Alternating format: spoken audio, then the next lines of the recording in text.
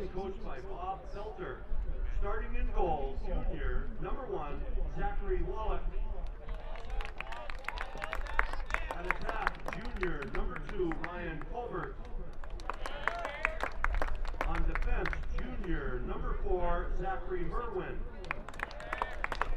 At midfield, junior, number 5, Jack Stone. On defense, junior, number 6, Thomas Meisinger. At attack, junior, number 8, Damian Schultz. At midfield, sophomore, number 10, Michael Pavic. At attack, senior, number 13, Andrew Wilson. On defense, senior, number 33, Eli Dolney. And on defense, senior, number 55, Soren Thrall, the Eagan Wildcats. And starting for your Eastview Lightning, coached by Matt Skolmstrom. At attack, senior, number 12, Jack Wright.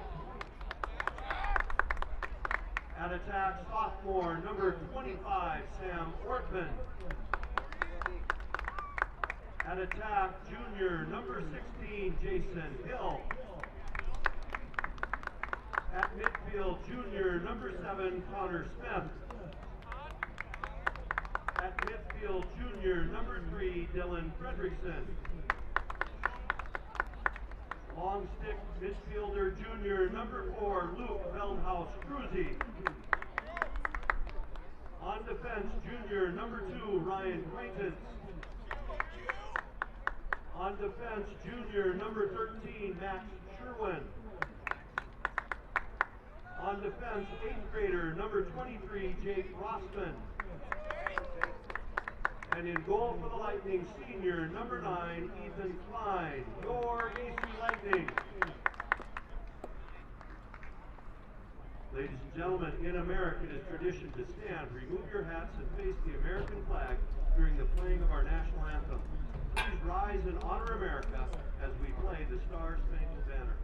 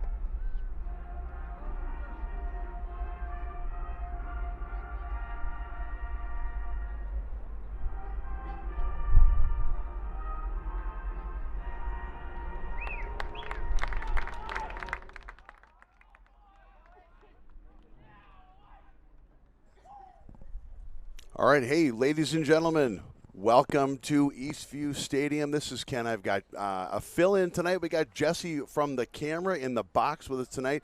We're here to call the Eastview Lightning / Eagan Wildcats South Suburban Clash in Lacrosse. It's a beautiful night. Sun is in and out. It looks like it's going to be one of those nights. It's clearly a game that the Wildcats want to win and could even be a game that the Wildcats have to win. Jesse? Yeah, absolutely. I mean, you stacked up a pretty tough win the other night against Rosemont 10-7 after a couple of bad losses, in my opinion, to a couple of beatable teams. And tonight, you have the South Suburban Conference title within your grasp. You just got to come out here tonight and take care of business. One win at a time, one possession at a time, and we go from there. I think, kind of the mantra has been all season long. Execute, execute. And when we've taken care of the ball, when we've held up and executed our assignments, things have gone good. When there's been breakdowns, it just seems to fester, and sometimes the whole operation can come off the rails. Yeah, to your point, I mean, we've seen Eagan get off to slow starts in almost every game this year. They've battled their way back in 90% of them, but those 3 losses that we have, they've been behind the 8 ball, and they have just pushed it too much. We've seen some uncharacteristic, turnovers in both the offensive and defensive zone. We've seen some mismanagement of timeouts. I mean, we've seen some untimely penalties. I think goaltending has been pretty consistent throughout the year. Deep holes, that's something that we can look at tonight and see how are these guys going to start to prep for that section tournament and, hopefully advance into the state tournament. Section tournament just around the corner. Looks like we're getting ready. We got a couple of players in the circle. Looks like Pavic for the blue. It has been face-off by committee. It has been by committee in a few areas. First face-off of the night looks like it very well could go in the direction of the Wildcats. Ball still loose.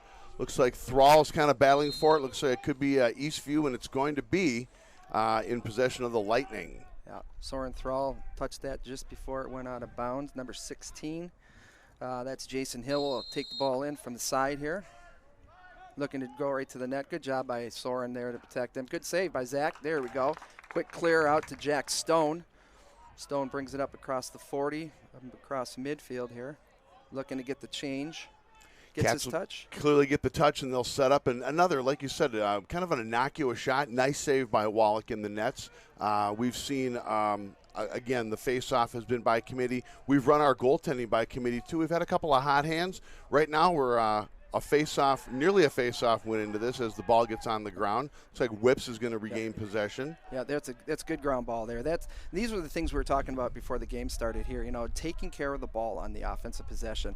There you seen Whips. They went man ball and they were able to come back up with it. But we can't keep doing that all night, and even furthermore all year long. No, and again too, slowing possessions down and finding those quality shots. You see Stone kind of looking, and he's going to kind of reset. Miscue on the pass there. Looks like we might have some space to get the ground ball back in. We did. Colbert with the ground ball. Again, not a flashy stat, but a big one.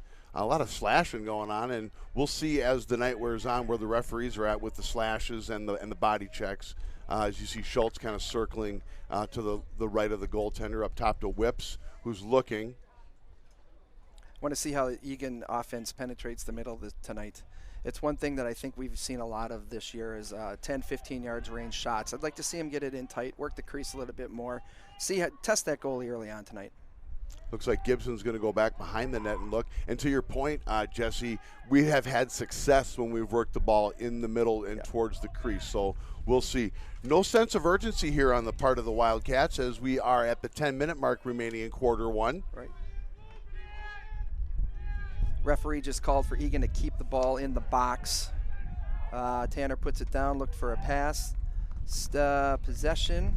Looks like the ball's still loose, and not sure what that call was there. The goalie was trying to gain possession in his own crease. The ball was outside. Nonetheless, possession went over to Eastview, back to their goalie. Kind of a lethargic move by the goaltender, and I think that failure to advance is going to come into play. They do clear it up to the 40 to one of the LSMs. Let's see how the defense gets back and defends this. That's a good shot. Yeah, kind of a rocket from the top there. Yeah, number 16, Jason Hill. He's a commit to Denver already. He's a junior midi. Attack, rather, I'm sorry. Yeah, kind of a bing, bing, bing series of passes after the long clear by the goaltender. And, whether we come out fast or slow, one thing that we do always seem to do, we tend to kind of surrender a goal early on before we get one. So time of possession actually probably in favor of Eagan at this point, as Pavic is going to take his second face-off of the night. Yeah, and again, I mean, we talked about this, Ken. Possession, possession, possession. It doesn't mean anything if you can't score. We had possession for 2 or 3 minutes down here, but again, turn the ball over, and, it turns into a turnover and up the field, back of the net. Pavic chased that one down for a secondary and then some face-off win out to Meekin, who is going to set it up, gets it over to Colby Sorensen.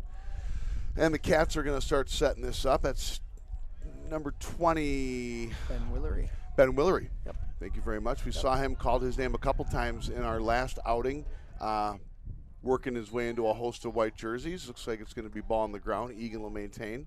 Yeah, Ben had a nice game the other night. He was coming in the absence of Tanner Whips, who was serving that one-game suspension, and I thought he played really well. He brings a different aspect to the game as far as attack goes, and he's a little bit more tighter in the crease. He likes to play 10 to 15 yards in. He's physical, and he looks to pass the ball as much as he does to score. So he's a good addition, and you know what? I think this kid's going to get a lot more playing time after what we've seen. Well, and I likened his style of play to one of Damian Schultz, a guy that can find tiny little spaces to operate in and really kind of opens up the game, but more so just opens up the options as you see Wilson looking. Here we go. Wilson just missed the top corner. Colbert gives chase. Cats will maintain. We are just under about 8.5 minutes remaining, quarter number 1, 1-0 Eastview here on a slightly not sunny at the moment night, breezy, nice weather. Colbert looking. We go up to the top, across the middle, up to the top to Ben. Again, isolation up at the top. We'll see what he does here. Swings it around to Meakin. And again, too, one thing that's plagued us, and it's been for a number of reasons, as Meakin's looking for some room, opts not to shoot, protecting the ball. We've had the ball. We're protecting it. Nice shot, nice save. That ball does get out of the crease, but the goaltender does get his stick on it. The Cats are thinking about time of possession, I think, and, good things happen when you have the ball. Absolutely. So it's nice to be not lamenting about time of possession, as there's a little bit of a unabated run. That's just a bad goal there. Well, Number 2, Ryan Quintance. We've seen on a couple of instances where the ball looks like it gets into the Eagan end somewhat quickly. The poles are marked up, but the guy bringing the ball up is really not accounted for. And once he gets he has a shooting lane. Yeah. So, it's 2-0 Eastview. Lightning taking that 2-0 lead on that last goal. We may have a little bit of a could be Pavic in the middle again. Looks like it. For his third face-off of the night. 2-0 Eastview Lightning. 7:30 remaining first quarter. All right, there you go. Got to get it. Joey Gallus, the real sure-handed kid with the stick. LSM. Then we throw it away. Well, and again, too, he got himself into a little bit of trouble, but he's very sure-handed, and he's not afraid to kind of drop a shoulder on a kid, so I'm kind of surprised with that. He had his shoulders kind of turned the other way. He was kind of passing it across his body. Probably didn't need to dump that away, but it's super early. We're down 2-0, but that is an example of not protecting the ball. Yeah, it is, and we've seen that time and time again this year, where when we're looking to clear the ball or do a fast break, kids just don't seem to have a flow down of where they want to be on the field, which makes it tough for the guy with the ball to get the pass out of his stick. Eastview setting up. I don't think they've gotten their touch yet. And would be well advised. Gallus was kind of drawing a beat on that Eastview player. A shot shoots wide, sails wide. I expected Gallus to try to fight him out of the box, but I heard someone in the stands yell, "Get your touch," so we knew when the fans are counting it down, it's getting close. Right. Donley marked up behind the net. A little bit of a drop pass there. Oh, boy. So it looked like there's a little bit of there's some miscommunication going on. One of the poles had lost his man right out front. Another pole kind of mishandled a clearing shot. This way, Wallach gets it up to Gibson, who's going to take the midfield stripe and the touch, and the Cats will set up down 2-0. Yeah, this is where I'd like to see them get more aggressive on the attack here. They had the numbers coming in. Gibson kind of pulled up on the side here in the restraining line and just kind of looking to set up the possession again. Well, and again, too, we've talked about, it seems like they like being advantaging in the time of possession, but every now and again when you've got an odd man rush or you get someone back on their heels, try to finish and see what happens. Yep, I agree. Whips is working his way in the box, getting a little physical there, and he's looking up offhand. Top. Good look. Got to make this count. Oh, boy, that was a really unselfish pass by Schultz. I like the shot by Drew. He changed directions on that shot. It started low and it went high. That's a tough shot for a goalie to stop. Problem was not net. Right. All right, so there's a little scrum right out in front of the goalie. Looked like possession back to Eastview. Yep, deep hole out to number 19.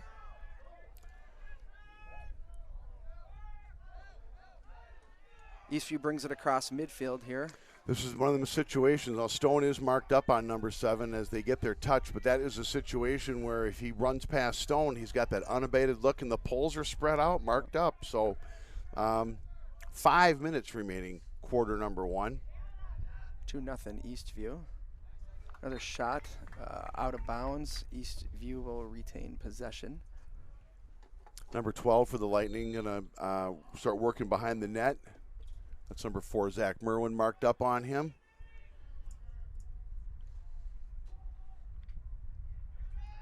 Oh, that was just a great goal. I mean, I don't know what else to say. He beats the defender coming from the right side of the crease, works his way around, shoots underhand, and back of the net. Yeah, we have had issues. A host of defenders have had issues letting people work their way around the corner of the net, and we have failed to step up and get as physical as we've been known to get. It was just simply the guy got a step and he finished it. So, and at that point, when he turns and shoots, there is a defender, there is other traffic, and the goaltender is not any more advantaged as Pavic is settling in for yet another face-off. 3-0 Lightning, just under 5 minutes remaining, quarter 1. We've seen this a lot this year, Ken. These slow starts, these getting down by 2, 3, 4, 5 goals at times, and having to battle back. I mean, at some point in the season, we got to come out full gangbusters and just put a team away in the first period. Poles and LSMs are the order of the business right here. Wyatt Bucky takes a body shot and goes to the ground and loses the ball on top of it, but it was pole to LSM. They were just having a hard time getting kind of a substantial clearing effort. I think that's Wyatt Bucky out there. Number 29 it is, yes.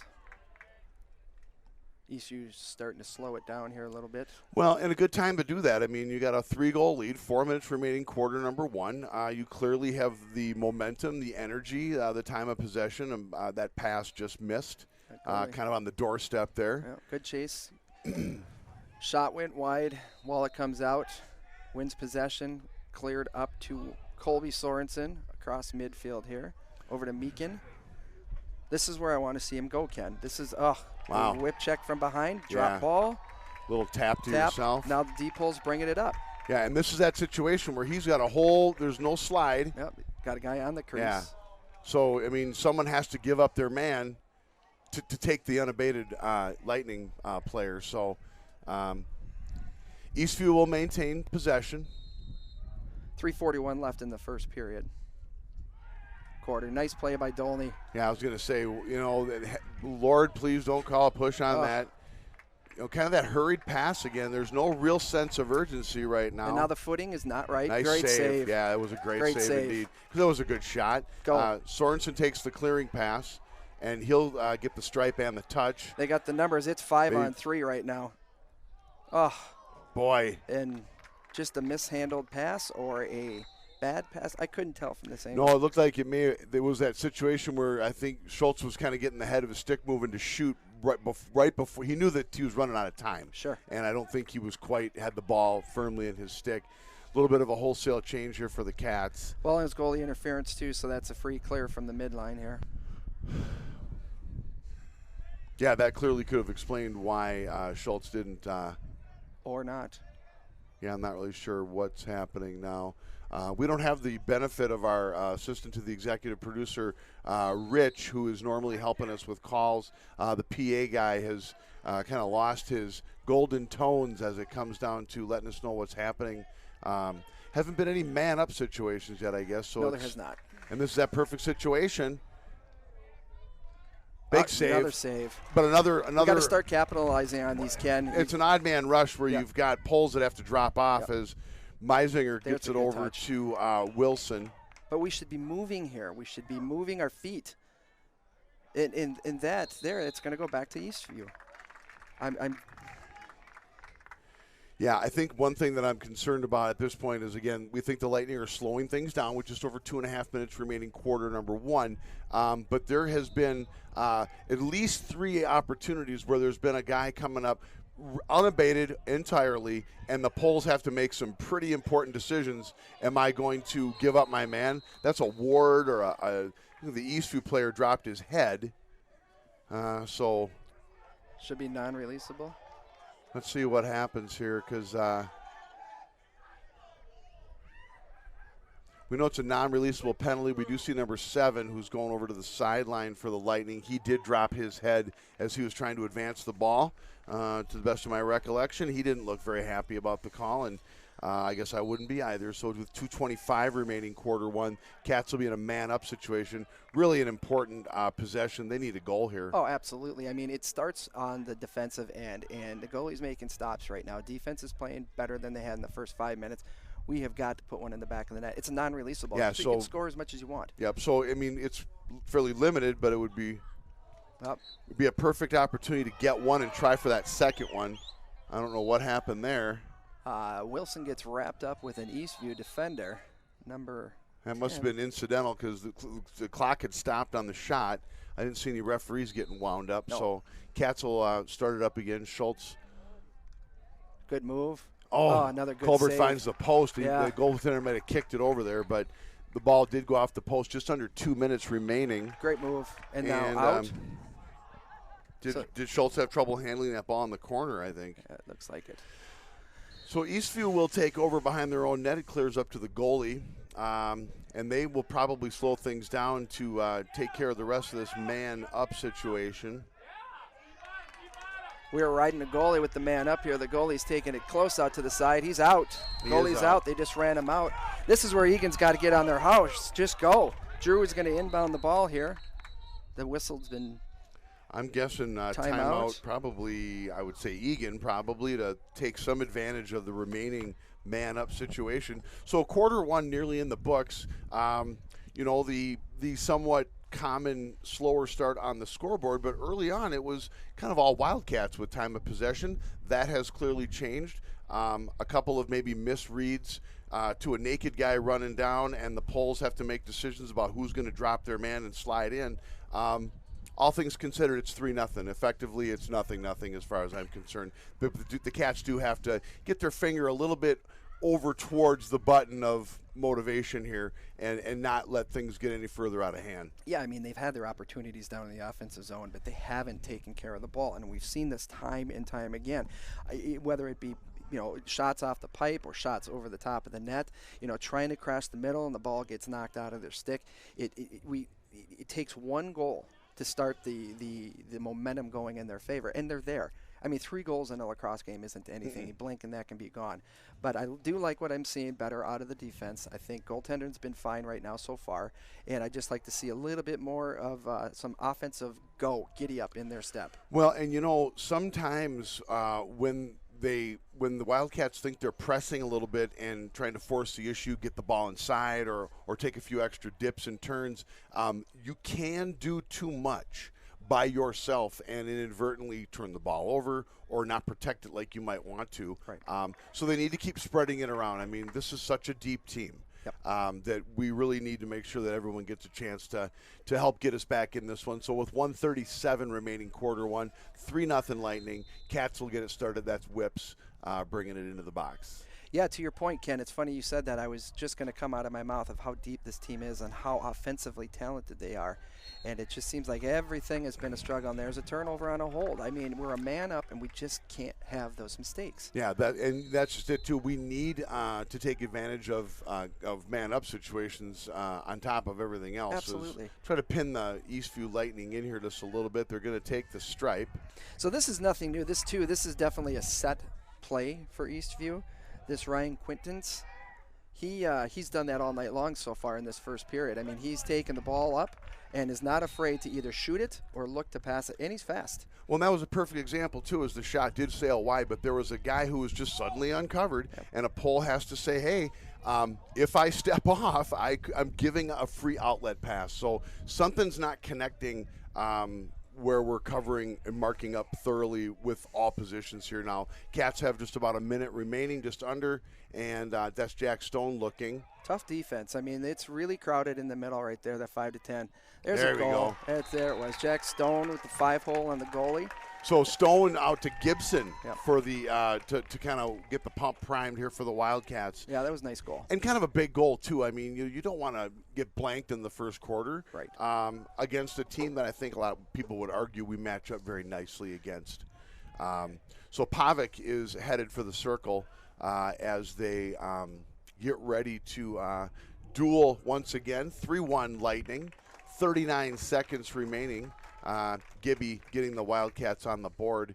And we'll get this remaining half minute or so underway here in just a moment or two. Yeah, it takes one to get the engine fired up here. Let's see how Eagan can continue. You know, the face-offs have not been as, one-sided. We had And there's a win again. Yeah, nice one, too. Nice, That's clean one for win, Pavic. And he's taking it down the field, but then we have what looks like a turnover. Yeah, again, I get it. You know, we don't have a lot of those clean face-off wins as Thrall is going to try play. to – yeah, clearly with 23 seconds up to Meakin, one of our purest athletes. Yeah. He's looking. They know that they're up against the clock. 16 seconds. Schultz back to the middle over to Wilson, who might just let her rip here. Yeah, you know, at times I think Eagan just overthinks this and not. They're great athletically, but they're just not performing it. Let them be individuals. Let them go play their game. Looks like the remaining second or two is going to wind off the clock here. We're going to put this one on the books. Quarter one, that is. 3-1 Lightning.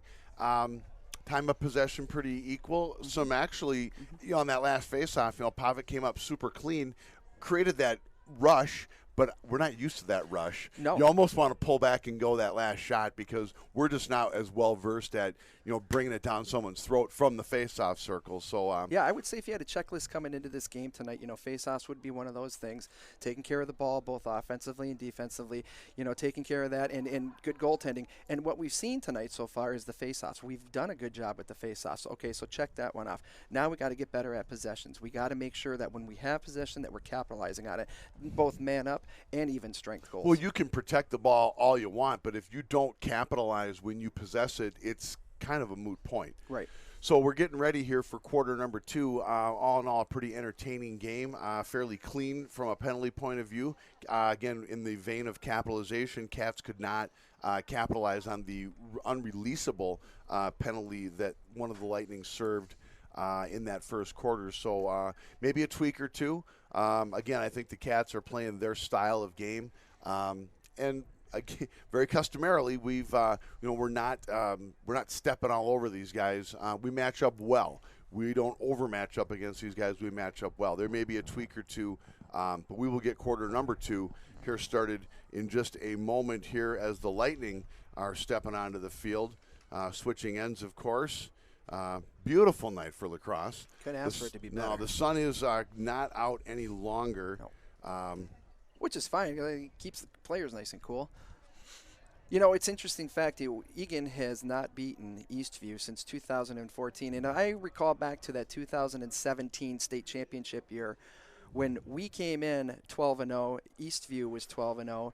They ended up beating us that year. We went 13-1, and Eastview ended up losing in the section quarterfinals, I believe. Mm-hmm. And we went on to win that state championship. So, whatever happens tonight is going to happen, but it would be nice to get this 5-year drought off of our back. Yeah, clearly. And I'm sure that's something that, innocuously at least, as it looks like the Cats are going to come up with another face-off win. All right, let's take care of the ball here. You work hard to get that possession. Let's take care of the ball. All right, now we got a touch, so out to Damian Schultz. Pavic did a nice job getting that possession. He's running off the field. We'll look for the new guy coming on. Schultz sets up behind net. Well, middle is wide open. I don't know if that's a design or not, Ken. Your thoughts? Yeah, no, it's hard to say. And there is a couple of interesting things going on right now. I'm not sure. It looks like Pavic did leave the field. Thrall came back on. He left the field, I think, because they were up a man. Someone did come in to replace Pavic, but he hadn't found his way off quite yet. Schultz will retain possession here just over 11 minutes. It is 3-1 Lightning. We'll see if they don't start looking inside a little bit more. When Pavic did win that nice, beautiful face-off win, and he got the ball over to Schultz to get the touch, Schultz was kind of covered up. And another example of, like, we just don't feel like we're in our mojo right now. No. Whips kind of had a little trouble receiving that pass from Wilson. It's just uncharacteristic, and it continues. They're spending so much energy trying to win ground balls, and when you win it, and it looks like Damian did there, which was a great job, you got to capitalize. I mean, these kids, it's simple passes from 25 yards out are not being connected. Well, that's just lack of concentration. Well, I mean, again, too, there's we know that we've got the talent. Oh, nice pass by Stone. Didn't quite make it to Colbert. Kind of a little bit behind the head of his stick here, and the Lightning will take over. 10:30 remaining. Just feels the boys are pushing, and when you push, you get jittery hands. And once you start to settle down, which I was hoping that second half of that Rosemount game would have done for these kids. They played a great game. We outscored that team 8-1 in the second half on Tuesday night. So Meisner with a nice ground ball, refuted by the official. We'll go back to Eastview. I'm not sure if it was a push or a hold or what, but a few of the Eagan faithful here in the stands not too happy with that reversal. Oh, that's a good job. Now we got to get the possession. Who is that, Dolney? Looks like that was Rader who's working his way in the middle stick. there. There you go. Okay, All now right, we go. Thrall, little tap. Stone bringing it up. Stone, he can really get moving. He's got Colbert wide open. Colbert, look for that pass. That's a great play. Yeah, that's right there. That's Eagan Lacrosse. I was just going to say, that is classic Eagan Lacrosse. It wasn't that things were clicking, which they clearly were, but you look superior to your opponent when we have a chance to run the ball in. And, I mean, Colbert could have taken that shot. Yeah. He had faked. He looked. He also had a man standing wide open. Yeah. And I think that was Meekin who took the pass from Colbert with the shot and score. Yeah, it was a great play, and that's what we like to see out of Eagan. That's their game. That's their style. That's how they like to get up and down the field. 3-2, 9:50 left in the second quarter. And one of these goals is going to be the goal that we will look back on potentially and say, that was the goal that kind of turned the tide a little bit for us, and that one could be it. I'm going to go with Pavic in the middle. His back is to the press box right now. And again, he wins it again. I mean, it's just, when you do this, your chances of winning the lacrosse game go up exponentially. Absolutely. So it was Pavic to Meekin to Wilson, and back up to Ben Willery as the Cats are going to set up. And it's a big possession, Ken. Agreed. Don't do anything stupid. Take your time. That gets a little greedy there to me. Well, yeah, again, too, there's a lot of guys. Looks like Willery's going to recover. And look up top to Meekin. All right, settling it down here, Meekin up top. Well, and again, too, when you got two guys on your body, there's plenty of guys. Oh, that's a great look. Boy. Great save. Yeah, really a great save on Sorensen's shot. Made a great save. Colby's been a little snake bitten this year, and I know his dad and I have talked about it, and we just keep telling the kid, hey, keep shooting the ball. It's going to happen. That was a great shot, too. Wilson looking, and he's going to pull back and go all the way up top to, I believe, Willery, who is trying to get a handle on it, and he's fighting hard. This is what I was talking about with his physical play. He does use his body, and he absolutely ripped it by the let her goalie. rip. And that was a one-man wrecking show. Yeah, he fought hard for that ground really ball, did. and then he just let her rip to tie it up at 3 apiece here, just under 9 minutes remaining in the first half. Big goal. They come in bunches, and I'm telling you, this is how it goes. You get some momentum, you start to feel confident, your hands aren't as jittery, things you start to set up and flow into the game that you know you can play so well.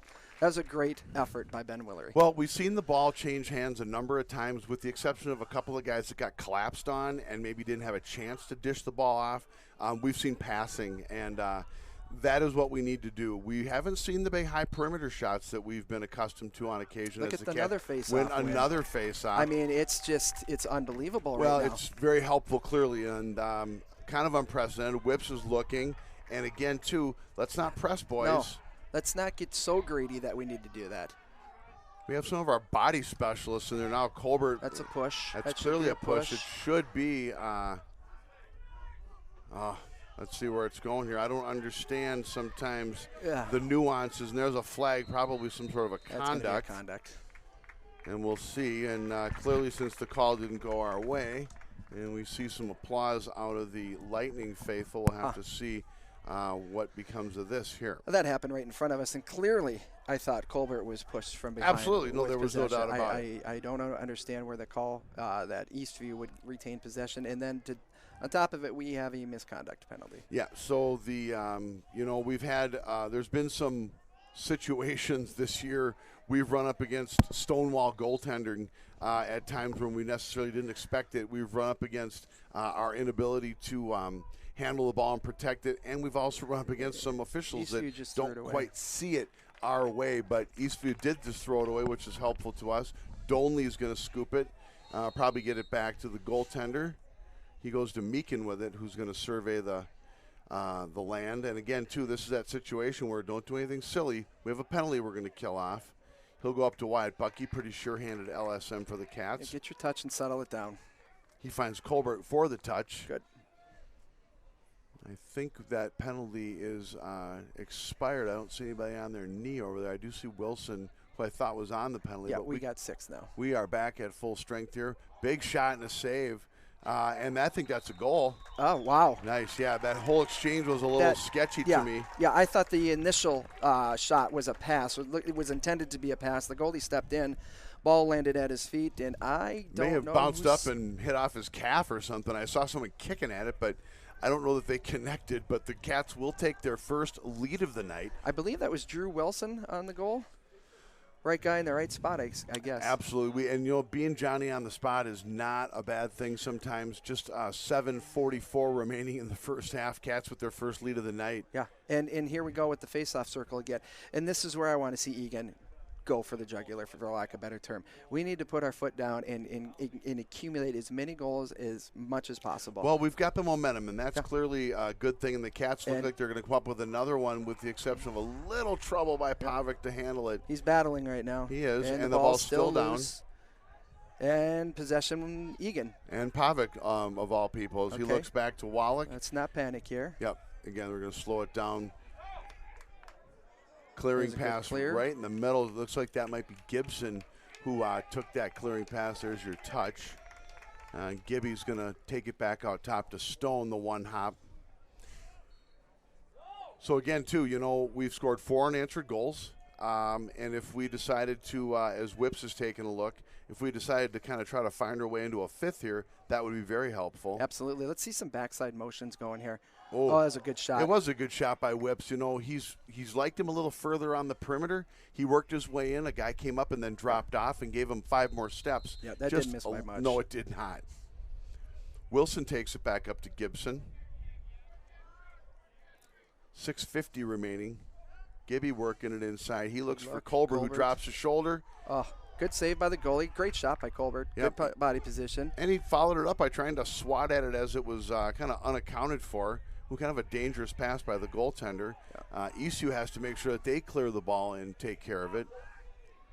And they'll get the midfield stripe. They get their touch. Here's number 2 again, Quentin Ince. Apologize if I am not saying that was a good play. Yep, some crisp passing, and it almost looked Eagan-esque as like maybe a couple goals back of ours. Yeah. So we're all knotted up here at 4 again, 6:19 to go first half. Both these teams are in a situation where they'd really like to win this game. The Lightning have lost their last 3. The Cats are kind of bouncing back and forth between wins and losses, and we're trying to keep our destiny firmly planted in our own front pockets. And a win tonight here is essential to that, as Pavic gets down to try to continue with his face-off circle successes so far tonight. That's been a big plus for Eagan tonight. I mean, clearly to be able to possess the ball, as I've said time and time again, and a nice flip. There we go. I mean, here we go. So let's take care of it, get our touch, set up our offense, or go. I see Colbert drop, and then a drop ball. Yep, Jack Stone just got kind of loose there, and there's a push. Push. Yeah, so, that's kind of the calls we need. We don't – when those calls are appropriate, we'll take them. I mean, so, Stone kind of let that ball get away from him, but he was positioned so that someone had to push him to kind of get him off the ball. Colbert takes it all the way back up top to Whips. Just under the halfway point of the second quarter, 4-4 tied up here at Eastview High School. Eagan versus Eastview. And a goal. Yep. That looked like Tanner Whips just got by as the defender, number 3. Shot it low on the goalie's backside and snuck in there. 5-4 Eagan. Yeah, we're going to go back and forth for a while. I don't know if there's been any intel on whips, provided to the Lightning staff, but he hasn't. The vast majority of his goals have not come from that close in. No. He's gotten a look a couple times, and then people have either dropped off or played him a little softer, and he'll find a shot and he'll take it, which is exactly what happened. Yeah, if he's going to want to move into that 5-10 yard area, I'll take it all time, Absolutely. all day long. That's just another dimension of the game that he brings, not only for himself but his team, and another thing for the defensive team to start to think about. And yet, here we go again, another face-off win by Pavic. I mean, you can't talk highly enough about how much this does for your team. No, it's not something that from the box here we're used to seeing. So as Wallach gets it up to Tommy Meisinger, who over to Donley, back to Meisinger, across the midfield stripe. Meisinger's going to get the touch. He's actually... Oh, great look. And just a backdoor feed. Meisinger, long pole, threw it 30 yards over to Meekin, who dragged the goalie.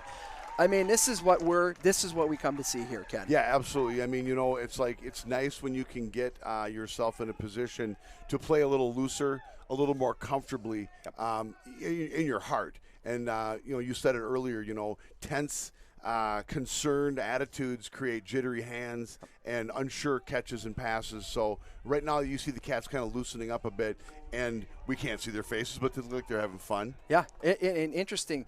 They're putting Ryan Quintenance out at the face-off circle. He's got a long stick on him. So what that tells me now is that Eastview is saying we can't get our butt kicked anymore in the center face-off. We got to try to win this come hell or high water. Well, Pavic has had a long run of face-off wins as he's again flipping it to a little body play and the sure-handed Joey Gallus. Yeah.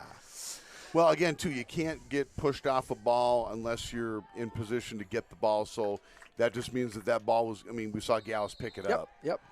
All right, Eastview's going to set up here with 5:07 remaining. They're down 2-6-4. They get their touch. Eastview has not had a lot of possession in this quarter. So it'll be interesting to see how the defense reacts. If they got fresh feet, if the goalie's seeing the ball, if they're clearing lanes for him. We'll see what happens here. I'd like to see a turnover, shot, whatever it takes. Stop it, get it up the field, and get another one. They've definitely got the field spread out, and they don't seem to be in a real big hurry. They're down 2. Donley's going to get a flag here for a little bit of a stick up in the face mask area. Soren Thrall picked up the coverage on the ball carrier and kind of shut him down as he was making a move towards the net. The thing that always scares me here is getting another flag, and there it was. There it was.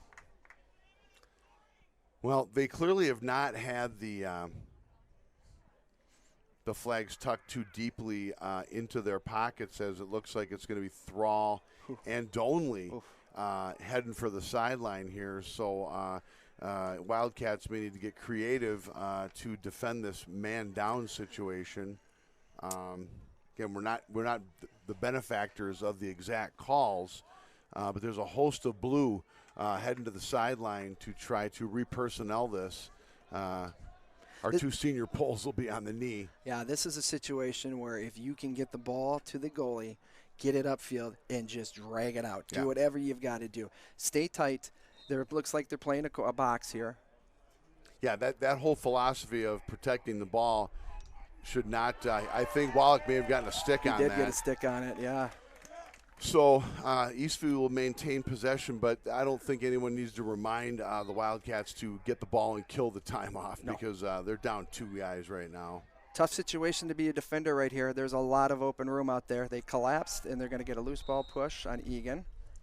But I'm okay with that. That call there, that's fine. Yep, that's fine. It's better than them having the ball. They do get a chance to reset. You can see what Eastview's trying to do. They're trying to work that 5-yard area right in front of that crease. They're setting up from behind the net. They're going to have a cutter on the backside, and if that's not there, they'll find that lane and shoot. Ball on the ground. Meisinger trying to poke check. They've pushed them out to the 30, which is a good position to be in. They clearly have them up higher than you might expect them to be. Big shot, a little high. All right, that's okay. Cats had nobody back behind him, which you wouldn't expect to when you're 2 men down. Not when you're 2 men down. Oh, all boy, right, nice great stick. So here's where we got to take care of it.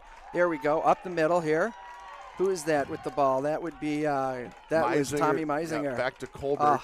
You couldn't have asked for anything better to happen to that situation right here. No, and again, too, this is the highest level of high school lacrosse. There shouldn't be any need to hope and pray that your athletes protect the ball when you're down 2 men, as I think that penalty has just expired. Yep, they are even strength. That was a nice job.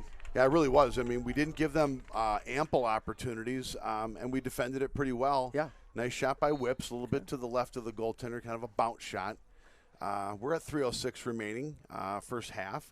6-4 in favor of the Wildcats here at Eastview Stadium on a beautiful mid-May night. Cats with possession, working it back up top. That's Cole Gibson. He's looking. I think he's been in the back of the net once. He's looking again. You know, you see that patience, and you see him surveying the field, which is a great sign, telling his players, his teammates, get open around the crease. Meakin with a move. Yeah, how big would this be to kill a 2-man down and come back and get a goal on that next possession? I mean, Utah can go up by 3. You talk about momentum change. Well, and remember, we're heading into halftime here, so whatever happens in the next 2 minutes and 40 seconds, it sticks for the 10 minutes while we discuss things as teams here. Mm-hmm. Colbert looking.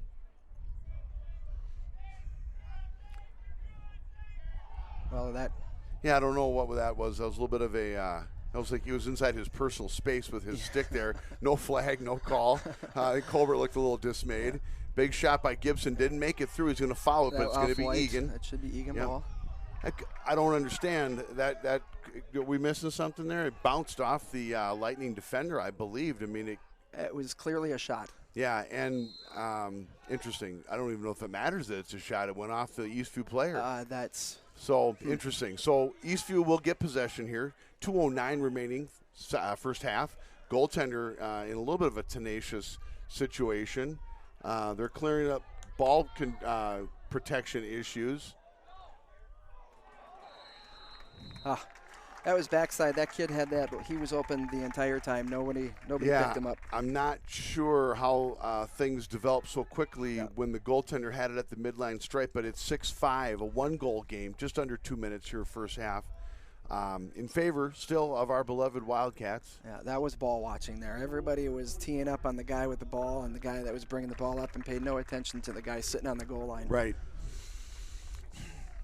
So again, too, I think we're in a perpetual gut check situation because, again, I think these boys know that on paper, as Pavic takes a knee for yet another face-off, hopefully a win, we match up too well against some of our recent opponents to kind of come out slow. Nice move by Pavic. He's going to maintain. It's a push. Yeah, clearly a push. Yeah.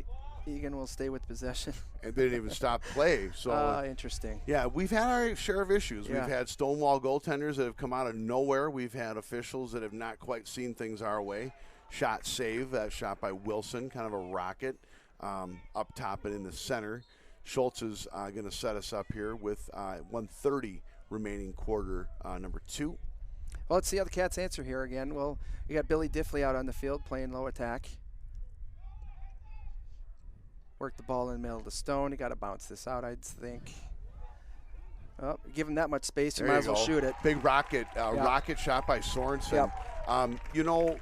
A couple of the passes on that sequence that were working their way inside, I think I personally was thinking, there's a lot of traffic. Let's get up top and get that field vision. Yep. Sorensen took the pass from Wilson, looked, and said, hey, I'm going to let one rip. Yeah. And puts the Cats up by 2 again with 1:18 remaining in the first half. Oh, it was interesting on that play there, Ken. If you watched it, Colby was looking over to his right. He was playing against the long pole. He'd faked. The long pole backed off. Colby said, well, I'm going to take the shot if you're going to give me that much room. Great play. I didn't see that coming. I thought, like you, that he should have backed out, but hey, if the shot's there, take it. No, I think that's exactly right. He looked at that pole off by looking to the center of the field, and the pole thought, hey, listen, I'm in too tight a space to operate effectively, as Pavic is giving her heck in the middle here. Couple of Wildcats, couple of Lightning. That ball's a jump loose. ball. Still loose. 7 comes up with it from Eastview. That'd be Connor Smith. We're at the 1 minute mark here. And he's out. He's stepped on the line. He's pushed out. That's a great play by Pavic. We're waiting for the referee. On the other side, we got a timeout. Now that's I'm not sure about that call. Yeah, it's well, again, too, we don't make it a point to we have a real talented squad out there in blue. They do our bidding for us. Whether or not we get some questionable assertions by the officials, that's neither here nor there. I think that I didn't hear a timeout whistle before I heard the line whistle. No. But the Cats will take advantage of this little powwow as well. 1:04 remaining first half. 7-5 Cats. Eastview will get it started here in just a moment. The last minute of play here, Jess, you think the Lightning look for that last shot? You know what? The way this game has been setting up, I would think yes. They like to set the ball up behind the net and work it up top from behind the net. 1 minute left is plenty of time to do that. I would suspect that number 2 will have a say in this, as will number 16. We'll have to see how the Cats choose to defend him. I like a long pole on number 16, Jason Hill, but I've seen him score goals tonight with the shorty on him too. So we're going to have to see what Felter and Matea draw up here for the last minute 4. All right, here we go. Looks like the Eastview is breaking up their little meeting on the sideline here. Cats will do the same shortly. 7-5 coming to you live. This is Jesse and Ken. We got Scott with us in spirit tonight with another athletic commitment. Our good friends from Eagan TV, Aaron and Dalton, are here running all the technical stuff. We're just handling the call of the game for our fans in the universe tonight. 1:04 remaining first half, 7-5, our beloved Blue on top. Yeah, we'll see how they finish this half. You know, it's been a good half. They battled back again, Ken, down 3-0. They found their groove. They took the lead. You know, it's kind of been seesaw here a little bit. I think once Eagan finally starts to establish their possession, which they've worked their way towards, this game could get out of hand quickly for the Cats. Well, and as Eastview gets us started here, that is Wyatt Bucky up top, defending the ball carrier, number 7 for the Lightning. We've definitely seen, I think, the Bucky didn't fall for that fake pass. Nope. I think the Cats have a better chance of running away with this game. There's been flashes of brilliance by the Lightning. Good stick. Oh, great stick by Bucky to get that ball back up. 38 seconds left here. And taps it to himself. Yep. Got to stay on side. I'm looking for an Eagan timeout here. Yeah, we call it. I'm not sure. It looks like it's Eastview ball. Well, whatever the call was, we don't quite. We're not a prize necessarily, but the Eastview Lightning will take possession. 26 seconds here as Bucky is defending again.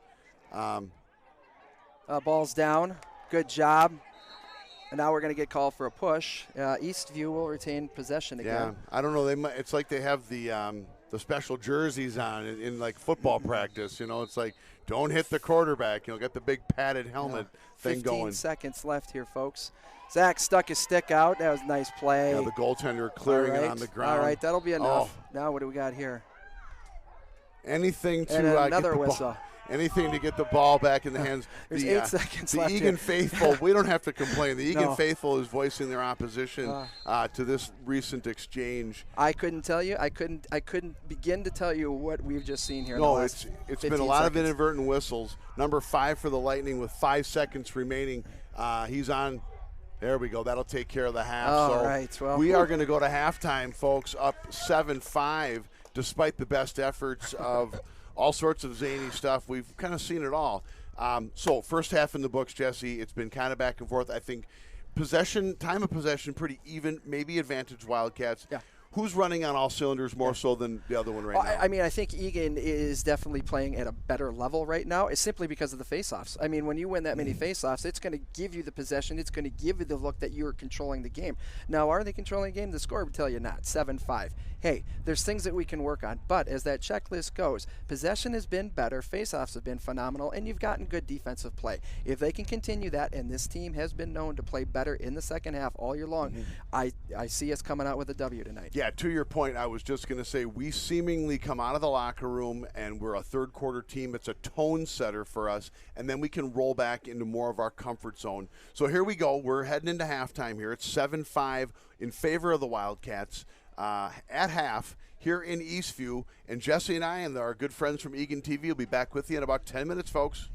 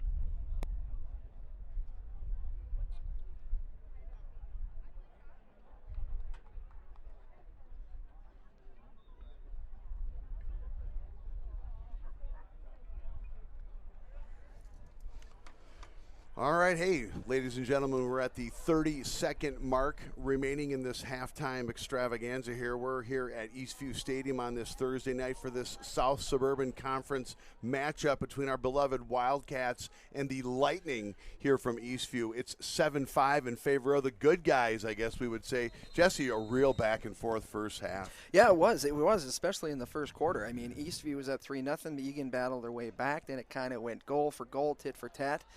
I thought at the end of that second quarter, Eagan had an opportunity to put the game a little bit further out of reach, but whistles came out, flags came out, and I don't think we're lucky to be 7-5 right now. I would have liked to think that we left some opportunity on the ground, but hey, well, I'll take it. Let's not underestimate the power of the face-offs. We had said it earlier already, wow. And we got to say it again. I think the stats at halftime were 10 of 13 at the face-off circle for Eagan. Well, we spent the entire season so far worrying and watching and hoping that would turn in our favor. And one of our other broadcast team members, Scott, has broken it down extensively. It's part of our keys to every game. And now, in his absence, the Cats step up and really put out a great showing in the circle tonight as Pavic is down on a knee, and he's going to take another stab at it. Yeah, Scott, don't worry. I'm not going to take your job. It's here for you when you come back. So little kick by Pavic to clear it, and it looks like the sure-sticked Meisinger. That's Tommy Meisinger, the LSM, looking. He's not prone to panic. Dumps it ahead to Jack Stone, the junior, who will get it up well across the midline and into the box for the Cats touch here to get this third quarter underway. Yeah, I'm excited for this.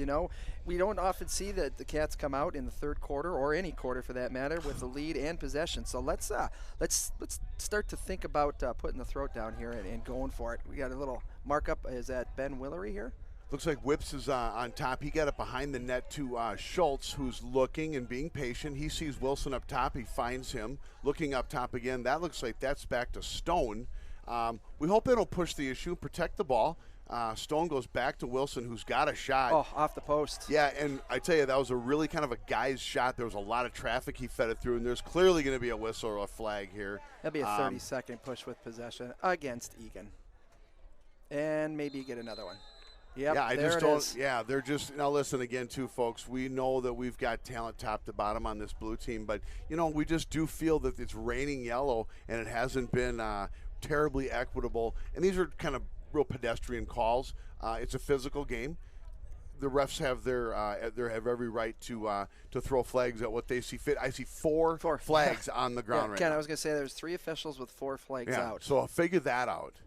The numbers don't match up. I'm saying collusion here because clearly fake flags. We're something's not being paid. going on. We can say that. That's right. Exactly. So here we go. I'm We've got a man down situation here, and by collusion we're being funny. These refs are doing the best they can. The Eagan faithful are kind of getting wound up down here in front of the box. There's a junior pit going on down here right now, which is fun to see. Could be. We were working the crowd at the half, and I think the sentiment has been that the officiating, there's been a few homer calls, is what we've gathered from some of the faithful in the stands here. So Cats are down a man. They're down 2. Down 2. Good opportunity. We killed off a 2-man down in the first half, and a good opportunity. Big stick there by Gallus that may have kind of just misdirected the pass, but shot wide. Eastview will maintain. I'll take that look all day long. Defense forced them outside, and if you're going to shoot the ball from 15 yards out, I'll take that look all day long. There's a clear lane for your goalie to see the ball, and here we are again. Yep. And again, it was wide. Yeah, and again too, it's it gets a little repetitive. Pass, shoot, out of bounds, possession, Eastview, but. These passes we're kind of pushing them to the outside like you had said here. We got one guy back. 6'5", and it looks like that could be an over and back. And there it was, over and back. Kind of misplayed by the Eastview player. We're going to try to give it back to him here, which is we just did. Kind of par for the course, and we haven't quite cleared that hurdle. This is one of them situations, though, where you have an unabated guy trying to pull marked-up defenders off of their men. Both play on both sides this early third quarter been a little sketchy. Just under 10 minutes remaining in the third quarter. I think That was a rip by number 16, I believe, Jason Hill. So we are back at full strength here, and the Eastview Lightning may have capitalized after we had come back to full strength, but they clearly had a little bit of a run going. So we are at a 1-goal game here, 9:48 remaining in the third quarter. Cats will have to regroup from that. And again, too, it wasn't one flag. It wasn't 2 flags. Yeah. It wasn't 3 flags. Nope. It was 4 flags. 4 of them. So something was so egregious that it took every swatch of yellow cloth in the stadium to make sure that we all knew that something terrible had happened. Pavic's on his knee. He's going to try to get the Cats another face-off win here. 7-6 in favor of the Cats. I'm going to go back to that last goal. Hill with a great low-to-high shot. I mean, he wound up low and changed angles with that ball. It was a great shot, great goal. You know, Wildcats doing everything in their power. They did, again, they had it and it got away. Nobody wanted that ball, which is super unfortunate as Colbert feeds Meisinger, who open. feeds Schultz, who Schultz gets can't put it away. That's going to be Eagan ball. Eagan ball. Great hustle by Schultz. Great play by the goaltender to come out there and get his stick up in his face. Yeah. And then we throw it away. Yeah, and then Schultz kind of gave it a little bit of a toss. Unfortunate and very uncharacteristic as well. 9:22 remaining in this 1-goal contest. 7-6 Cats. Eastview taking over after the miscue. Ken, these are the things we talked about, and we've hammered him home time and time again, that taking care of the ball when you have possession. Twice now on 2 possessions we've thrown the ball away with good opportunities to take care of business. Well, again, to it, when you're in the second half of a game with a lead, you can't really control the pace of play if you keep handing the ball over. Right. We're making it a little difficult for the Eastview team to get the mid-stripe. Another perfect example here. This number 2 likes to come up on that right side. Bad pass. A flag down. I think that's offsides on Eastview. Yep, I think you're right. And the bad pass was picked off by either Donley or Thrall. It will be offsides on us because possession is now with Eastview, and there's not been no stoppage of play. And there's another flag, and that'll be on Eagan, no doubt. Again, too, raining yellow. It was. I see 3 flags on the ground. It looks like we may be right on the on the offsides. Eagan will go man down again as Joey Gallus is going to take a knee. He may have been the offsides if that's one of the calls, and then looks like Wilson is set to join him in probably some sort of a slash. Yeah, if I'm a coach, Coach Felter and Mateo right now, and I don't have hair, I'd be pulling it out. I'm going for my eyebrows right now because this is tough to watch. Well, and again, too, it's not that we're playing necessarily so poorly, but we're clearly not fundamentally doing the only thing you want to do in this situation, and that's protect the ball. Yeah. You have a small lead. Again, nice, dangerous pass through the crease. Did not connect. Cats are set up in kind of a box as the ball goes behind the net. The Lightning trying to set up. Big rip, big save. Now, this would be a good opportunity. Yeah, take your time here. Yeah, look. Our goaltenders are not very easily, kind of like rattled. Nice pass to the middle. Looks like that's to Rader. That is Rader. And Rader's going to try to get the stripe. He looks ahead and finds Schultz, who lost a foot. Again, another real. And there's there's a slash. To the helmet. And the Eagan faithful are going crazy. Well, now. Yeah, I mean, it was kind of a slower. He was reaching, and that was good to see right away. But had he not gotten that flag in his hand, I think there may have been a riot in the stands here. So Stone's going to set up. We have an upcoming penalty here. So the Cats would love to take advantage of this. They have a nice thing set up here, but they're going to be on the man up here shortly. All right, well, let's see what the Cats come out with this man up. It hasn't happened very often this evening, so I'm not even sure what to expect or the personnel I would look to see who's on the field with, but we'll see what the Cats are going to do. Looks like at the moment we've got Colbert, Whips, Wilson, Schultz, and in the middle there I'm going to go with Gibson, and they'll get rolling here. Again, we need a goal, and we're kind of pushing it inside, and clearly we've had success inside. So they're battling. They are battling. Looks like Schultz came up. Schultz. That's the second time tonight I recall Schultz battling for that ground ball. And, the last time he was able to score himself. Let's see if he sets up a possession to score. Jack Stone Stone with with a a rip. rip, and it did. Yeah. Hey, we got to have that. That's just good, hard-nosed ground ball work. Yeah, and 3 passes that went in and out of the sticks of 3 guys that are not afraid to shoot the ball. Wilson with his rocket, Whips with his kind of signature just off the perimeter shot. Again, dump over to Stone, who just lets a cannon fire to put us up again by 2, 8-6, 7-17 remaining third quarter.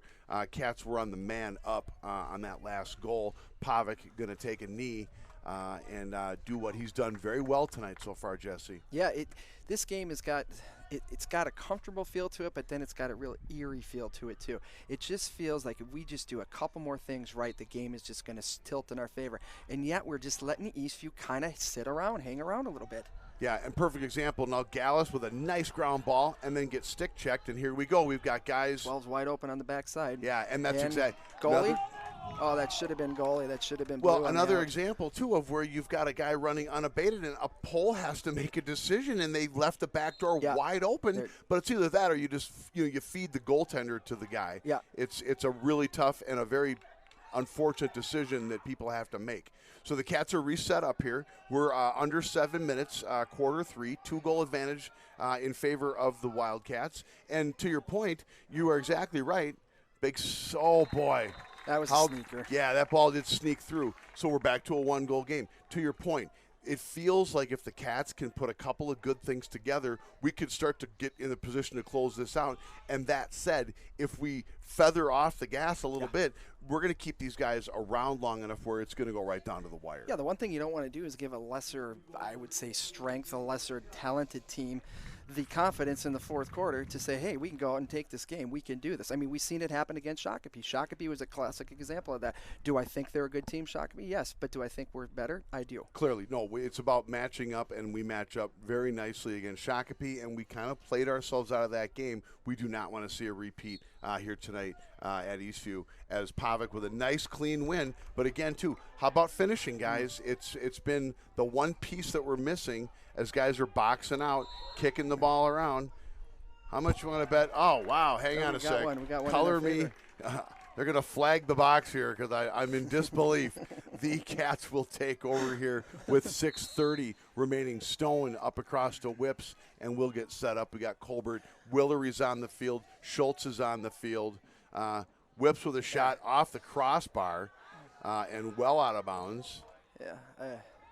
White? Looks like it's blue. Okay. Again. I'm just not so a fan of that shot right there, Ken. I think you got to set up your offense and move the ball around a little bit more than you did, and it went out on blue. It did White clearly. gave possession. Yeah, I don't understand. Ball down. Nice stick check. That looks like that's. This is getting hostile here. Well, it is, and again, too, I don't know that the you want your fans to, maintain their composure. It helps the kids do what they are. And there's another one. So the first one was, maybe he wasn't quite sure if anyone saw it. So now the refs are starting to feel the pressure from the stands, possibly. Well, they're not backing down throwing them, I'll tell you that. No, they're clearly not. So now the Cats will go down 2 goals again. Holy cow. Or pardon me, there'll be 2 men down here as 6 minutes remaining in this 1-goal contest in the third quarter. Eastview starts with 2 men down. I can't recall the last time I seen 2 men down 3 times in a lacrosse game. And this could be, well, it's at least the third time. Wallach gave a thought about getting out there after that one. Eli Donley battling 2 Eastview Lightning in his face, and they'll reset. You're asking a lot of your defense and goalie to step up on these plays here. That shot goes wide, and we may just have to play that game where we just let them take their shots as abated as we can. Ball up top. Good play. Let me guess. That was Gallus. Let me guess. Oh, we need that ball. Oh, and again, too. Sneaking, got to take care of that. Like I say, jittery hands, and here comes the push. It's going to be a push on us. And a flag. I'm not sure. Oh, my gosh. And it's coming from the far side from the official that was nowhere near the play. Yeah, well, again, too, like I said, no one, the players, the coaches, the fans, the announcers, the camera crew, no one here can control what the referees are going to do. You have to play your game despite what they see as what's happening on the field. That's Joey Gallus, who will take a knee on the sideline. 5:18 remaining. Still a one-goal game in favor of the Wildcats. Eastview again. I think you don't want to ask any of the fans, probably on both sides. I'm sure that the Eastview faithful think that there's been a number of missed calls. As Rader wanted to give chase, and I think he may have outrun that kid, but he wisely stayed back. Cats will get their defense set up again. Only marked up. Oh, I'm waiting. Unbelievable that a flag didn't come out there, because I actually probably think that he may have had a valid point there. Miscue. There's your push, of course, because I think they may think this is the 7:30 game. I think that could be it. They sent the wrong crew to the wrong field, because I've seen nothing physical beyond the normal lacrosse. Yeah, exactly. Yeah, normal. Wyatt Bucky gets in the way and actually takes care of the ground ball. Okay. He's going to take the midfield stripe, but he's going to wisely come back, gives it to the sure stick Meisinger, who finds Rader. Yep. Now we got the midfield line. Cats are still man down. We are, and we would love to tell you for how long, but we have no idea. We don't know, and boy, Meakin kind of telegraphed that pass, though. Another one. There's going to be a penalty there. Yeah. And, so Meakin's going to go to the box, and I would assume it's going to be non-releasable, and we got that much. Mm-hmm. Kind of a cross-check to the face. So you can I'm not sure if the fans on the broadcast, our viewers, can hear, but things are getting really here. It's getting bad. It really is. And, maybe that's part of the game tonight. It is that the fans are very passionate. This is a crosstown rivalry game. Cats are looking to score their first win in a number of years. Yeah, 6. And we clearly also need this game to maintain one of our preseason goals of coming out on top of the South Suburban. So 4 minutes remaining in this one goal contest here. Nicely done by the Eastview Lightning. Yes, threw it out of bounds. Little help from our Eastview crosstown friends there with the missed pass out of bounds. That looks like number 23 for the Cats. Jack Thompson. Oh, boy. And timeout Cats, I would suspect. I would think. And, yes, that's the call. When there's a whistle, my heart just jumps. My first inclination is penalty, Eagan, tax evasion, Eagan, or something, but clearly that was a timeout. We're good with our timeouts this year. We are now at the 3:46 mark remaining in quarter number 3, and both teams are feeling the heat. I think the pressure's on for someone to tip the scales of momentum in their favor. Yeah, you got to forget about what's being called on the field and all the flags. You got to continue to play the way that you play the game. If they're going to call it, they're going to call it. If I'm a coach over there, I'm going to say right now, boys, we just got to get back to what makes us Eagan. And that's fast breaks, that's possession of the ball, putting the ball in the behind of the goalie and going one goal at a time and keeping the possession, keeping that clock moving. This, for me, has been one of the longest quarters of the season. Oh, absolutely. And I'll tell you, one thing that sticks out in my mind in this third quarter is we've not done very well with our ground balls, whether it comes off of a face-off or whether it's a miscue on the Eastview on their part, or whether we're just, we're not finishing in that department, and that obviously leads to possession. So I think in the huddle right now during the timeout, the coaching staff is telling the boys, hey, relax. Fundamentals. You think at this level that would be something that you wouldn't have to stress very often, but emotions are high right now. There's, every guy in blue down there right now feels like he's, up against the Eastview and the officials. Absolutely. So they just need to reset, calm down. I don't know if we're presently a man down or not. I guess I kind of lost track. I think we're even. So that would be nice. Cats do have possession as Thompson was protecting that ball and taking on a host of Lightning players, and then the coaching staff for the Wildcats, wisely called timeout here. So Looking ahead to Eastview schedule after tonight's game, they are at Lakeville South next Tuesday and then finish the season at home against Bloomington Kennedy. Both teams they lost to last year in their late season kind of doldrums, if you will. If I recall the schedule for Eastview last year, they lost their last 6 games or something like that. It was close. So these guys are not unaccustomed to, Ryan Colbert, I think he's still looking for that touch, and he did get it. He's now in the center of the field, and I would not be. So he's coming out. He had 2 guys on him, and we got an unmarked up Lightning guy. So we're at the 3-minute mark here. We're up by a goal. 8-7 Wildcats. Looks like Meakin is on the bench at the moment. So we are a man down, it looks like. That just seemed to me, Scott, or Ken, that Colbert was trying to do a little too much. Yeah, no, and again, too, we're prone to that. It's like we know that we can control the game with time of possession, but, if you carry the ball long enough, somebody's going to clearly take it away from you. Donley with the ground ball. He's looking for his goaltender and finds him. Here it is. So with just over 2.5 minutes remaining, we're operating in a lot of tight spaces right now. Yeah, I agree. Meisinger gets it out to Wyatt Bucky, pretty There's sure space stick. here. We can't throw that ball away. Step out. And again, Wilson recovers, unrecovers, and re-recovers. And now we got a hold on Eagan. Oh, come on! I'll let the fans take care of it for us. I'll just hang the microphone out here. It's getting actually kind of entertaining, and there's going to be a push, I believe, just to reset. Kind of a meaningless call, just to let them reset. I'm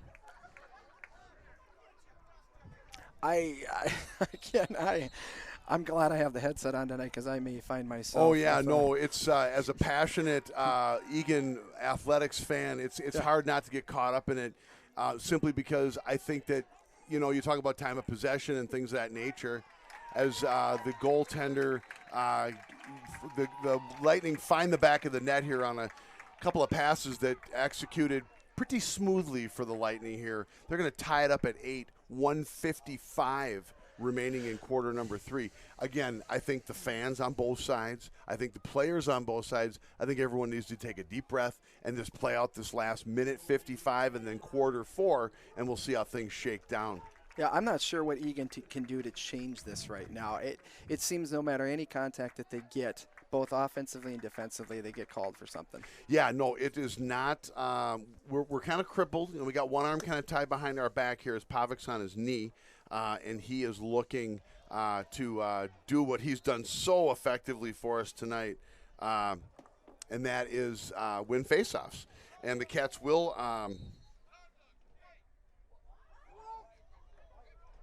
Again, I looked down for just a moment to check some stats, and we turned the ball over.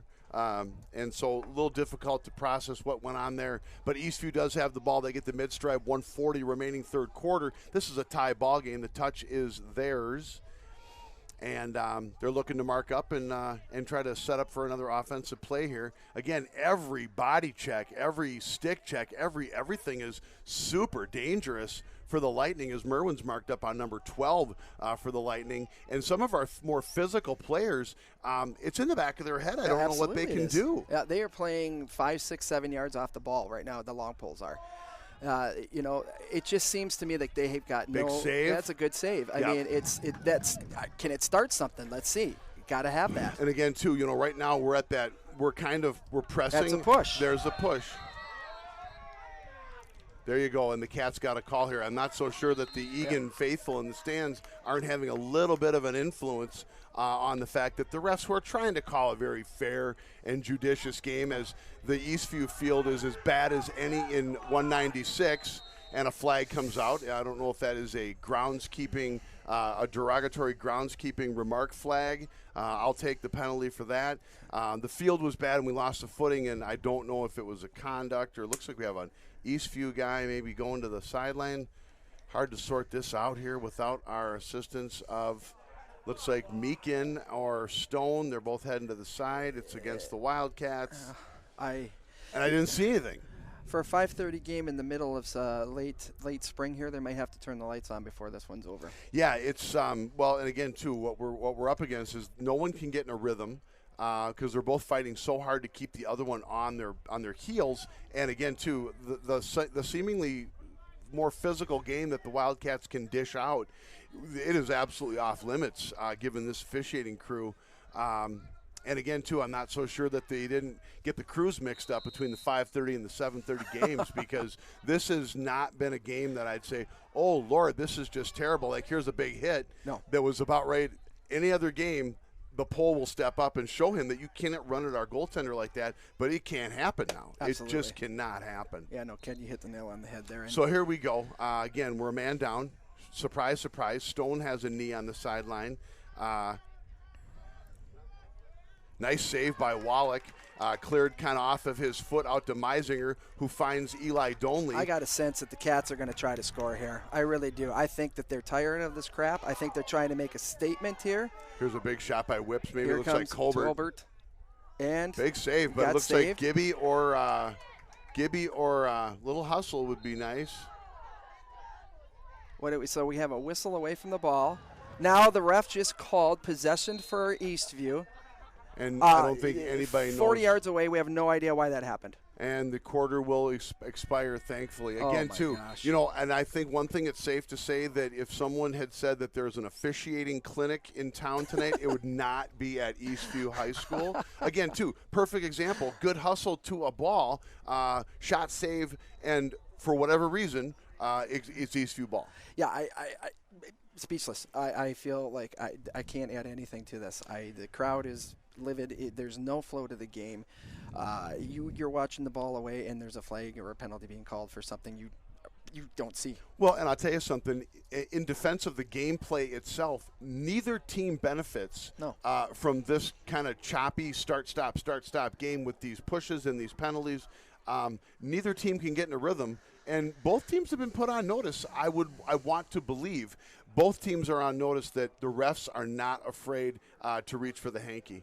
I don't know how you coach that, Ken. If I had my PhD in coaching right now, I'd be going to a textbook and trying to look something up. I don't know how you would answer this. Yeah, I think the only thing you can do is clearly protect the ball and look for a scoring opportunity. When you're on defense, you are clearly at higher risk for being flagged for a push or a slash or something. So we'll get this fourth quarter underway here. We are knotted up, and Jesse, as some sort of prophet that you are, the lights have come on. Of course, it might take a while for them to warm up for the girls' match, but the lights are on here at Eastview Stadium here on the border of Apple Valley and Eagan. I think we're actually in Apple Valley. I had discussed that for a variety of reasons as we were making our way into town here.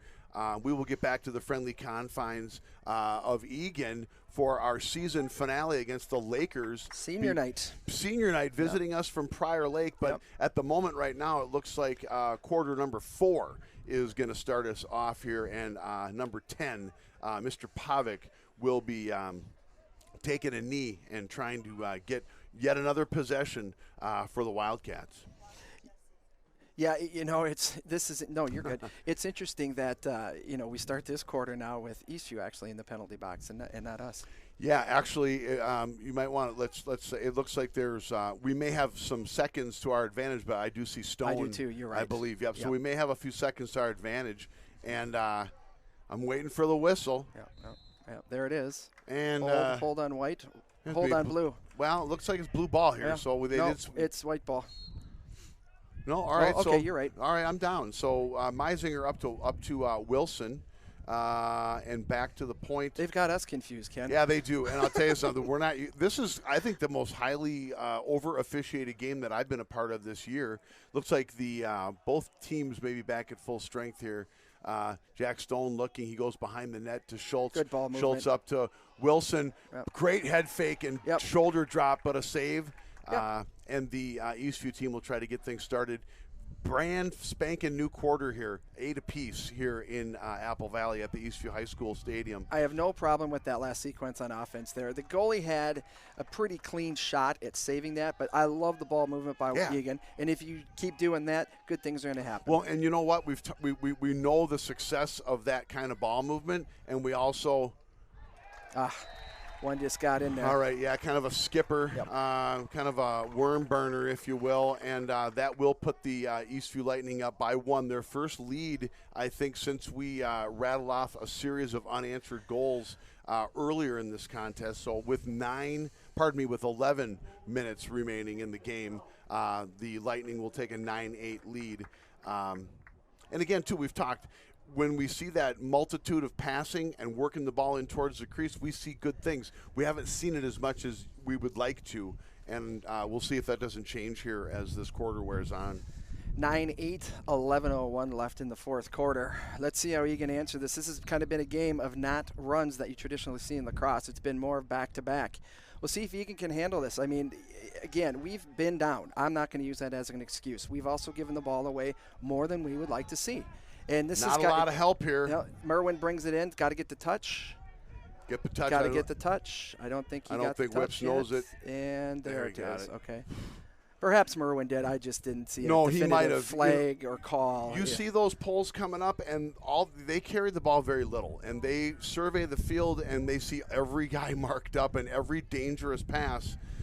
Fortunately, Whips got open. Now we see Wilson to Stone for a shot and a score. There it was. And that is exactly what needed to happen. Yeah. Wilson took on the short pole with the deep pole behind him, found the guy in the middle. Somebody slid to 5 yards out the crease to shoot and turn. Yeah. That's what we talked about at the beginning of the game. That's a tough one to defend, I would imagine, too, because, you know, as Stone takes that pass, his back's to the goalie. He knows where the net is, and he's turning and firing. I don't know if the goaltender knows the release point until the ball is behind him. So beautifully done. 9-9, 10-21 remaining. Again, the lights are on just in case.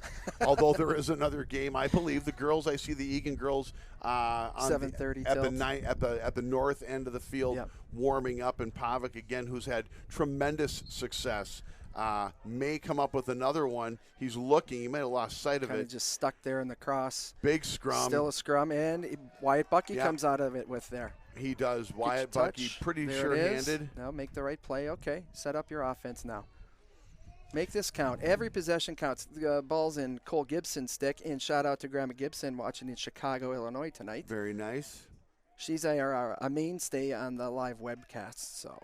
I don't know that I've seen, I mean, this is the understatement of the night. I don't think I've seen the flags come out against the Eastview team, and you're just wondering as the Cats are setting up and looking if there's not going to be a slash or something, because they're kind of still playing that physical game with the sticks as Stone is looking, surveying.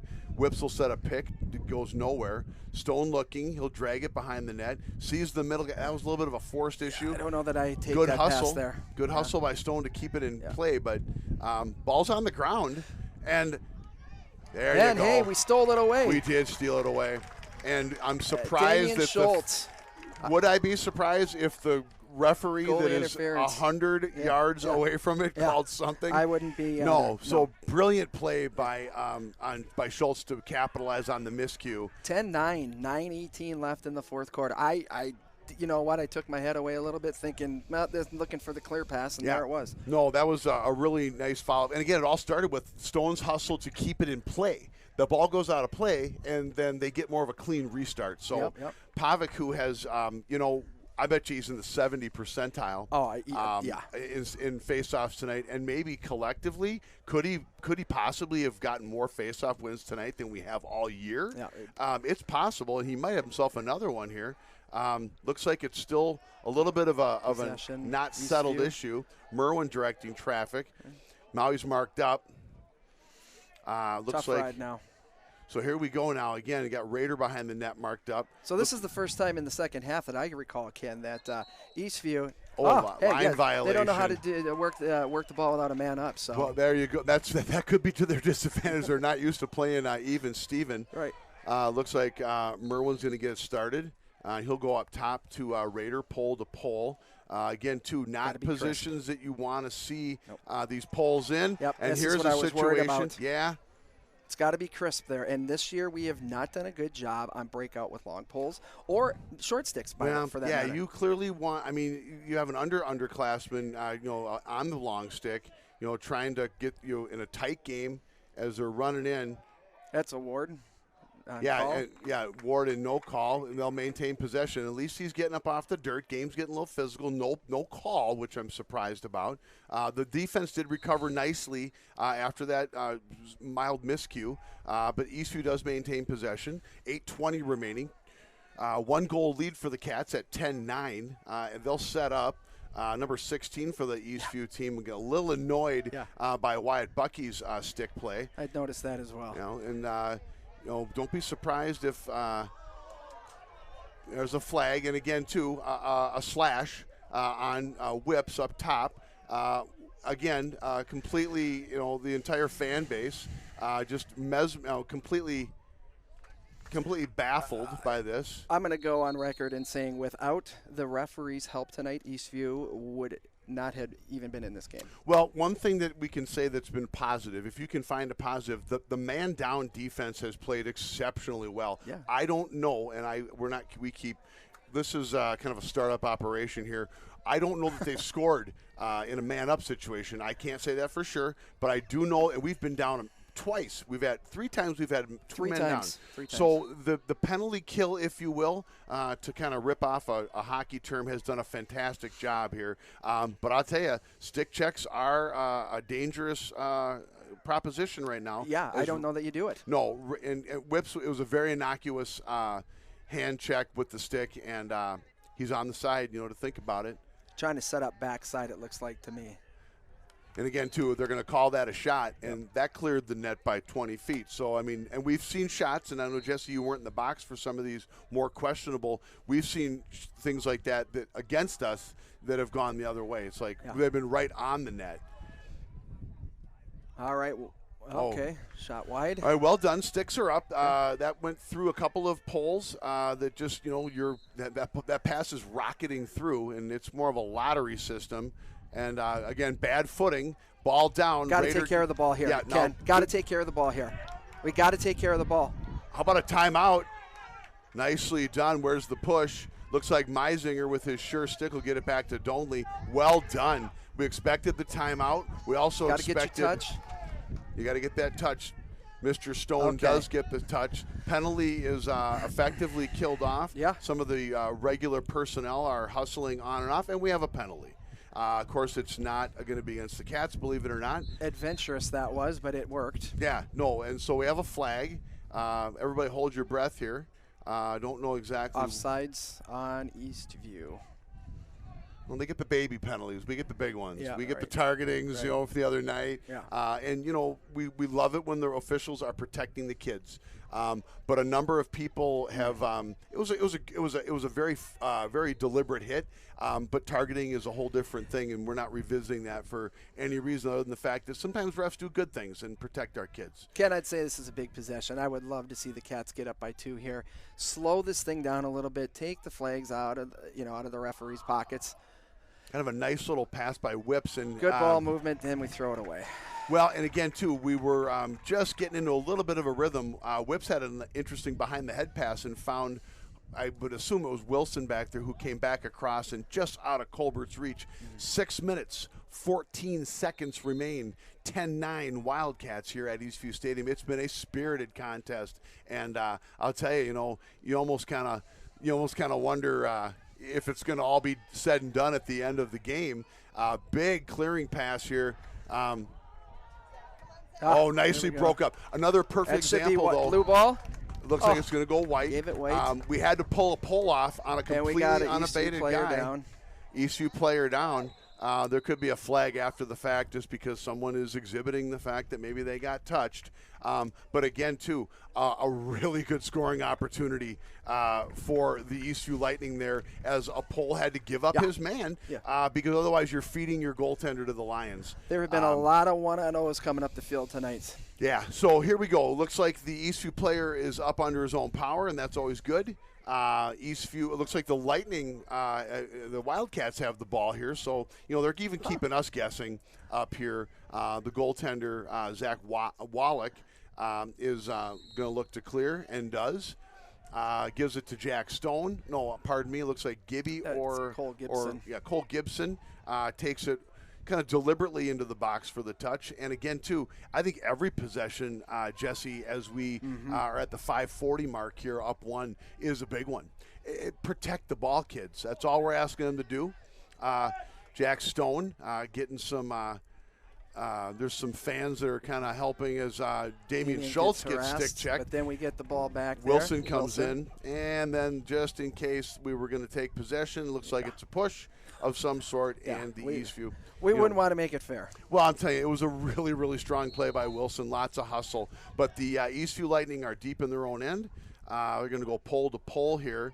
We've got several Wildcats on this end here. Back to the goalie.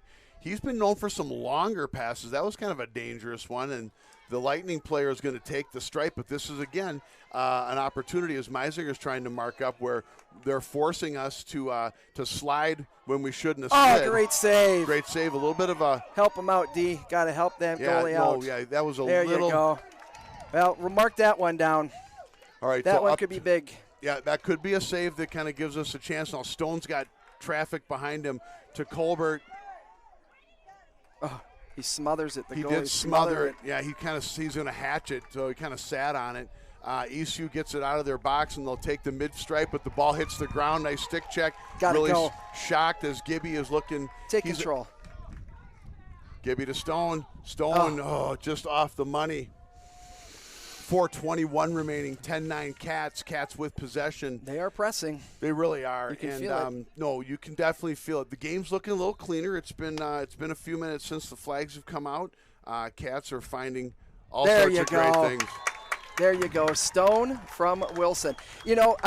Funny that before that goal was scored, I was looking at that setup there, and I was thinking, who's going to cut? They played a box. Stone read it beautifully. Wilson fed him. Back of the net. And again, too, we've I don't know that we've that flooding the center of the field in front of the crease has not failed us yet this year. No. We've done the perimeter game. We've slowed things down. But when they set up in that type of defense, someone's going to take a break for the crease, and in this case it was Stone from Wilson. Cats up 2, 4:16 remaining in this South Suburban clash here at Eastview Stadium. Pavic on his knee. He clearly has earned his kibble tonight, and we're hoping that he can get us a quick possession here. We've got Gallus on this side. Looks like, I don't know if it looks like it's a short stick, so it's Whips over there. Come on, get that ball. And again, too, looks like it's going to stay anyone's ball, and Whips comes up with it. And again, too, he's got to get a sense of urgency here as he gets the stripe, and he's going to get the touch. No, I think you got to set up your offense here, Ken. I don't think we need to be going for quick shots here. They're feeling it, unless although it's we'll there. take it. Yeah, I hear you. And again, too, it's easy for us to say, slow it down, guys, protect the ball, burn a minute off the clock. But now we got a 3-goal game, 12-9 Cats. I don't have any reason to believe that that's not going to stick. It can't be understated the importance of faceoff. When you get a goal and you immediately come back and win the faceoff and you get another one 30 seconds later, you cannot understate this enough. The face-off situation tonight is a perfect example of taking advantage of a situation that maybe you have the upper hand in, because clearly we've seen maybe some of the best face-off specialists in the state. Yep. We are not seeing that tonight. So what do you have to do? You have to win face-offs. That's your advantage. Pavic's on his knee in the circle. Cats have a 3-goal lead, 3:56 to go in this one. Fourth quarter, ball's on the ground. Okay. Looks like it's going to get scooped back. The oft looks like Merwin will take the ground ball, and he's going to run into Call your timeout. I would venture to say it's timeout, Eagan. It was. Oh, classic. Merwin held the line, kind of dropped the shoulder. Beautifully called timeout. Oh, my gosh. That's Egan's last time up, but that's a good time to take your timeout. Yeah, there's nothing you can do. No. If somehow you let a pole who is getting collapsed on cough that ball up, it breaks your momentum. It breaks your spirit for the moment. Now we're going to start fresh. So here we are. We're under 4 minutes. 3:45. We're up 3. Jesse, it's been back and forth. It's been an entertaining game. It has. Right now, I think that both sides in the fan base are a little quiet. We've kind of gotten a little something out of our systems as the flags were just flying. Well, everybody was dodging them up. Everybody, yeah, get hit in the eye. That thing will take an eye out. I've only got one left. That's right. Yeah, we can't afford any injuries. On the camera. So here we go. So now we've got a very timely timeout taken by the Wildcats on a ground ball, and we're getting ready to get this the final push here. 3:45 to go. It's been an entertaining one, and the Cats right now advantage momentum. And again, I just can't say enough about that timeout because you don't want to turn that ball over. No, you don't. And here's my philosophy. If I'm Felter and Mateo right now, coming out of this timeout with possession, work the ball around, swing it a few times, not once, not twice. Use Ryan, use Damian, use Schultz, use Stone, use your guys that you know. Take the shot when it's there. If it's not there, back out. You don't have to press in this situation. No, and I think that's the key. That's the key part. If the shot's there, take it. If it's not, don't. There's no shot clock in high school lacrosse as the ball comes back to our goaltender, Zach Wallach, up to Soren Thrall. He'll take the mid-stripe, and now we just have to get our touch. Okay. Oh, boy. Now, if they're going to give you that, this is where you kind of take it, and it's a great feed. Oh, there you go. Wow. There you go, Grandma Gibson. That was for you. That was a beautiful feed by your grandson. By Cole Gibson over to Damian Schultz. There's a little bit of breathing room, but I think it's way too early. Yep, I'm not comfortable yet. No, it's not. But I'll tell you who is comfortable right now from the looks of things. I think the men in blue. Absolutely. They're clearly saying, guys, something's going our way. Not exactly sure what it is, but we're going to keep doing it. And I'll tell you something. We can't say it enough. It all starts with what's going on in about 5 seconds here, you right just in the can't center talk of the enough field. about it. You can't talk enough about it. What's shocking is that this is an example in our favor of how important face-offs are, and yet we kind of are on the other end of it more often than not. Well, there's been a couple of Eagan graduates who have come through the ranks the last couple of years, both by the last name of Hoffman. And if you remember, they did spoil us. And come playoff time, Timmy Hoffman was money against that Matamidi kid who was the best in the state. Absolutely. Without his face-off percentage, we wouldn't have been there. Another win, I believe that is Cole Gibson again who gets the touch, and now expect the Cats with 3 minutes remaining in this contest to kind of get a little more selective. And again, too, I think the jittery hands might be gone, but still absolutely no time to kind of get careless. No, two things here. I look for Eastview to double the ball here pretty quickly. There's 2:50 left in the game. They're down by 4. They're going to have to double the ball. You can't have that either. The second thing is here, Eagan is still playing for the South Suburban Conference Championship. That was goal number 1. You win this game tonight, you give yourself a legitimate chance against the legitimate team against Prior Lake on Tuesday night to go out and achieve that goal. Absolutely, and that's big. If on a number of levels, it's a goal accomplished, and it might play into our seeding in the Section 2 section tournament. Yeah, and you ride the momentum, right? If you finish out strong here, you finish Wow. out strong and no call on the hold, it's just the fans are going crazy. Yeah, maybe even a stick up under the face. Yeah, it could have been a 1 minute, 2 minute non-releasable. But, it went uncalled. There's 2:09 left, 13-9. Cats retain possession on that shot. Damian with the ball, inbounds it, gets it over to Wilson. Wilson's got a long pole on him, so we'll see what he does here. I think he'll step back out. Screen set by Thrall. And Wilson looked toe drags and maybe trying to do too much, but it worked out. Bounce shot behind the goalie. 14-9 with 1:56 left. Yeah, and this is kind of a combo platter of a team that is still deliberately wanting to put the goal in the back of the net, but they understand that you have to execute a couple of passes in doing so because we're still playing for the win. Yep. We're not in a situation where goals for and goals against are going to factor into anything. Right. We want to come off this field tonight with the win, with a 5-goal advantage and under 2 minutes to play. Yeah. And Pavic, the magician, in the circle for us tonight. Another long pole again. And clearly they have not had an answer for him. And let's not forget about the fact that he's put the long stick middies in a position to there's kind of a cleaner win. Yeah, maybe the first of the night. All right. Again, another situation where we're having to slide guys away. That's a very fast run by the Eastview Lightning, but you hate to see a pole have to slide that deliberately to the middle as Dolney's marked up behind the net. Trying that, there's going to be a push clearly, and a flag. There's going to be a 30-second push with possession. Yeah, so, we're not out of the woods yet with 1:40 remaining, 5-goal advantage here at the Eastview High School Stadium. Cats will go man down. 1:40 left. No timeouts left for Eagan. I would like to see Eagan not give up a goal here and continue that strong play of the fourth quarter that they had expressed. Yep. I mean, they went through the officiating issues. They've come through some battles. They went down 9-8. They tied it, and they've taken the lead. They haven't looked back. So let's see. They've got 6 unanswered here. What they do with the last minute and 30 seconds on D. Well, that's another save. Yeah, absolutely. And right in the middle, and couldn't get cleared out. And as I was just about to say, that another hugely bright spot for the Cats tonight has been their man-down unit. So we're at a 4-goal advantage, 1:26 remaining. It's 14-10 in favor of the Wildcats.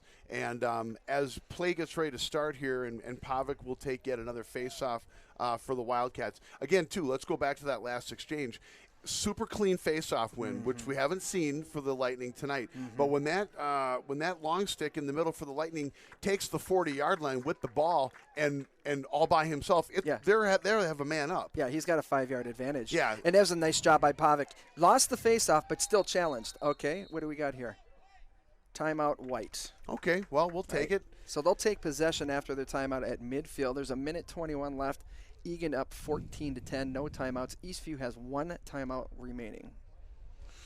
It's been a spirited contest. Well, is that the second understatement of the night? That's right up there with the importance of winning the face-offs. I think the one I was referring to was that if you're in what are we in Apple Valley? If you're in Apple Valley asking for directions to the officiating clinic, you are not in the right location. So, and again, in these guys' defense, the game happens at a very tremendous rate of speed. It just so happens that from an Eagan fan base point of view, maybe a slightly impressionable broadcast crew's point of view, we've seen flag after flag after flag after flag for relatively innocuous infractions, ones that we don't know necessarily are what they were to be. So we've got, and clearly, the box was approached here by one of our Eagan faithful about a feature that we've run a number of times this season, Phone the Box. With your questions. And actually, Jesse, we have Eagan TV helping us out tonight, so we did not run that feature, but can you imagine what would have been going on had we had our phone numbers on the screen in tonight's game? It may have been we've had to ignore a few comments thus far. We have. And I think at that point I would have just turned my mic over to somebody in the crowd. They could have better assessed it for me than I could have. So we're at 1:21 remaining. Eastview coming out of their next to last timeout, and they will take possession at the midfield, just in their zone, and they need to still take the midfield line and a touch. They do. We're doing it. Got 3 guys on the ball down. Oh, beautiful play. Dolney comes up with it. Oh, and they called a hold or a release. Yeah, what was the call? Yeah, this is. It's typical for this game. Well, and I'll tell you something. I mean, I love officials. I've done some officials. A lot of us have.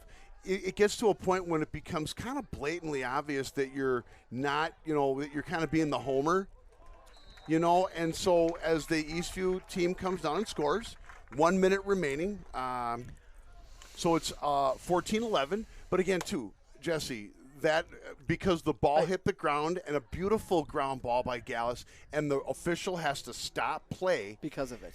Exactly. That is the only infraction, is that we made a good play on the ball. And that's not even an infraction in the rule book that I've boned up on. I have never seen that. I don't teach my 12-year-old kids that that's the way that the game is called.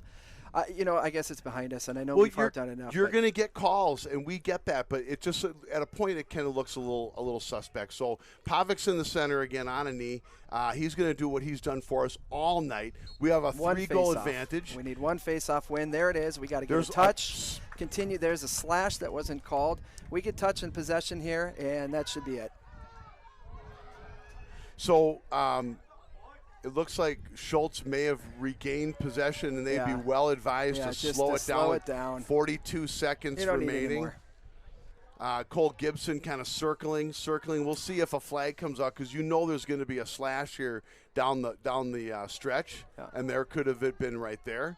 And Cats will maintain possession with 27.1 remaining, 3-goal advantage.